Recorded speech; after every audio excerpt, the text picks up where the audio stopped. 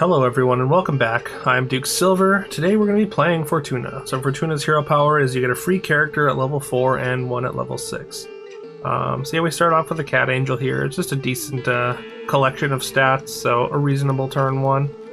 We're going to take a roll here. I think we're going to take the speculative new fluff, Black Sheep. So with this recent patch, Black Sheep has had fluff added to it, so kind of a better, makes it a much more enticing sort of starting unit. The stat line's like okay, of course it's smaller than like the cat angel here, but not by a ton. And yeah, the upside of being able to grab a fluff on 3.0, I think makes this unit a lot better, a lot more exciting too. So I think that's a pretty cool change. So we pick up a second cat angel, and we're going to pick up a goose here. We are going to lose a fair amount of health here, taking damage to a golden shield squire there. Golden shield squire is so powerful on 2.2 there. We're going to take a roll, and yeah, we get a pair of dachshunds here.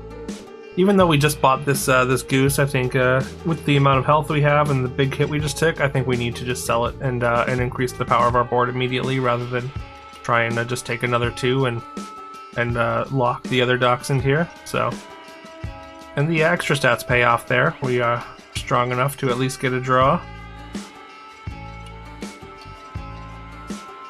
And yeah, we took an egg there, and yeah, it was either tripling the cat angel or just firing off the new U.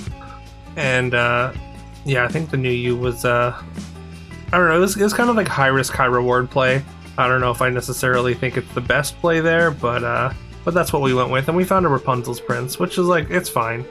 It's a fine support. It's ahead of curve, so like it's a lot better right now than it would be just like on 4.0 or whatever, or even during level 4 at any point. With the 2 cat angels, I think we're going to take a guardian angel here, and we're just not going to bother tripling the cat angel. It looks like Peter Pan is just like not in the game here, so there's a free win for us, I suppose. Our free level 6 character on 4.0 is going to be King Arthur, which is going to give all his stats when he dies to whatever characters are supporting him, and it just so happens that we have a Rapunzel's Prince already, so that actually turned out to be a great new U for us after all, and yeah, we're going to be able to throw that just in front of our Rapunzel's Prince. That's going to be a fair amount of stats because it gives 150% of his stats, so at this stage in the game, like that's a pretty decent little spike. We're going to take the triple for our farmer here. I think it's a little bit early for Magic Bean there. Slay Moon is a little too speculative without any kind of slay whatsoever right now. So we're just going to take the dagger. We have the King Arthur in the dagger slot right now, so that's just going to go on to the Rapunzel's Prince. And yeah, going to be good enough for a win there. We're going to take a second Guardian Angel here. I don't really want to be in Angels, but like it's adding a decent amount of stats for pretty low cost. But we are immediately kind of going to have to get out of it here. We're going to take the second Rapunzel's Prince, of course. We have to take the King Arthur out of the dagger slot, which, I mean, it uses the stats the best, but it's not entirely necessary. Things aren't necessarily going to be too big for this, like, plus 20, 27 attack or whatever that we're putting on the Rapunzel's Princes. That's going to be enough to take out pretty much anything at this stage of the game. So the dagger slot isn't all that important. Of course, we just want to get more stats on our back line, and we get it just enough to win against Aladdin there. Nice to deal damage to Aladdin. Try and knock them out early. Aladdin, one of the scariest late game heroes, of course. We are on level 5 now. We did sell down. We had to lose a Dachshund pair to buy an XP spell, but I think that was worth it. I think the Guardian Angels were just giving us enough stats that made it worth it. We did pick up a couple haymakers on this turn, which is fantastic. I mean, the haymakers put stats on the King Arthur, which get transferred to the Rapunzel's Princes as well. But the fact that we have the golden farmer really makes these food stats just really good here. We got a couple Klex here. It's really tempting to take both of them just because, I mean, it is 5.0. We're going to put plus 10 attack onto them. If they can both slay, then that's a lot of level 5 treasures. Well, I mean, it's 2 level 5 treasures, I guess, but we decided not to bother with them. We're going to take a Husky, even though it's a level 4 character. it gets a lot of food stats. So with this tripled now haymaker, we're going to be able to retain a lot of those food stats, and that's going to make it very, very strong. Even though it's a little bit beyond the curve here. And with our haymaker triple, we got a divine messenger, which is going to allow all our supports to affect all our front row characters, which means that we can put the King Arthur in any slot, and it's going to put all its stats onto all the supports in the back. So that's phenomenal here. We get to put it back into the dagger slot, and also we're going to pick up a helmet here, which is going to add +14 or +0/+14 to the King Arthur as well. I mean, to make the most out of these husky stats, we do have to put it in slot 1, which like maybe we shouldn't have bothered with, but I did eventually, but did decide that it was fine to get the most out of that. Like maybe putting it in slot 2 and putting the rest of the stats onto the King Arthur was better there. It didn't really matter. We ended up winning, and we're gonna be able to take this weird compass that we got as a holdover here. We get a free Guinevere, which is absolutely fantastic. That's going to play right into the comp that we're building here. And we get a second King Arthur on our level 6.0 turn. So Guinevere says whatever she's supporting, anything else that's supporting those characters gets applied again. And with Divine Messenger, that makes Guinevere actually very, very valuable. Honestly, Gwen's a character that I kind of don't really take very often, just because like she needs so many other things to be in place for her to work, and we just happen to have that perfect storm right now. The Divine Messenger, and of course we did pick up the Mage Gloves as well, which is going to double our boost effects, putting a ton of stats on our front line, which means a ton of stats on our back line from this tripled King Arthur. And now we just really want to dig for Merlin's. Merlin's going to be the best possible hit, and there it is, immediately. The Weird Compass should also help, really go a long way helping us find the pieces that we need here.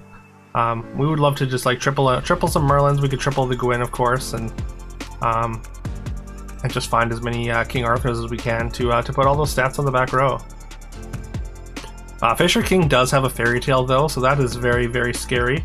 Our back line is really big, but they're just assembling a very big hunters board, just assembling like buying Blackbeards and golden hunter units. So they're gonna get very strong very quickly. I'm surprised we actually won there, but that just goes to show how big how many stats that we've gotten on this King Arthur here. And with the Alliance Band, you can see the huge power spike on the Golden King Arthur. So we really need to find probably another Alliance Band or 3 if we can. We get a second Merlin. It's gonna go in the front row. Even though we don't have Uther to like have it apply stats to the back row, the fact that it has an aura that says your boosts are applied another time just makes all our boosts better, just being anywhere on the board. I mean, once it dies though, like the aura does go away, so that is something to keep in mind. We just kind of have to hope that at least one of the King Arthurs die first. And actually, I guess that's a reason to actually play Uther, which I don't really play very often. Like I feel like the round table boost comp is kind of dead. We get to pick up a couple Gwyns here and find a level 6 treasure, and we're just going to take a magic scarf. That's going to double the amount of the auras that we have on board. Also, we need to take a chair. We're very susceptible to back row disruption. So getting this chair online for when we see somebody take like the what do you call it, the flying item, the item that gives the unit flying, anyways, which I think is an inevitability at this point. At least it should be. There's that Uther I was talking about, and we did pick it up just to see what the numbers look like. But also Uther lets any auras or boosts that die in the front row, they stay until Uther is gone. So that would let us hold over the Merlin aura, which I don't think I considered at the time of this record. We lock another King Arthur there, but I don't think it's going to matter. This is that big Fairytale board. Like they were accruing stats, but I think their scaling just wasn't quite enough, even with all those Sherlocks, and our stats just kind of overwhelmed them. We managed to knock the scariest player in the lobby out, which is really good. I mean, another turn with Fairytale, and they might have been able to turn the corner. Although we were getting stronger too. It's possible Bottled Lightning is worth taking there.